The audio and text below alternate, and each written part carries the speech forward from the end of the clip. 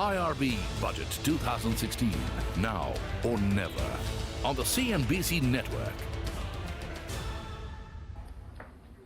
Welcome back. Easier tax compliance and a bigger tax holiday window. Those are just two of the taxation-specific demands that entrepreneurs have from the Budget 2016. CNBC TV 18's Priya Seth and Arundhati Ramani find out what else startups and tax experts want from the Budget 2016.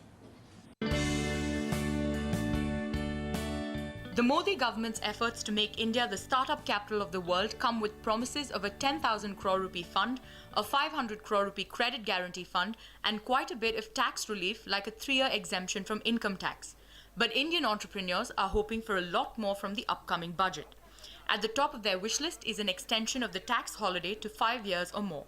While the government is looking at giving a tax-free regime for the initial 3 years or so, but honestly, a startup will perhaps incur losses to begin with in the initial years. So maybe one can look at giving a range of a period like they have done for other tax holiday statuses.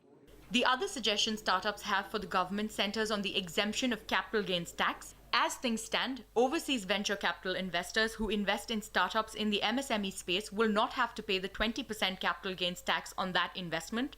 This exemption extends to any investment made in the 2,500 crore rupee fund of funds set up by the government. Experts say the scope of this exemption should be widened. If I just look at this fund of funds, as per the action plan, we are talking about only a 10,000 crore kind of a fund of funds.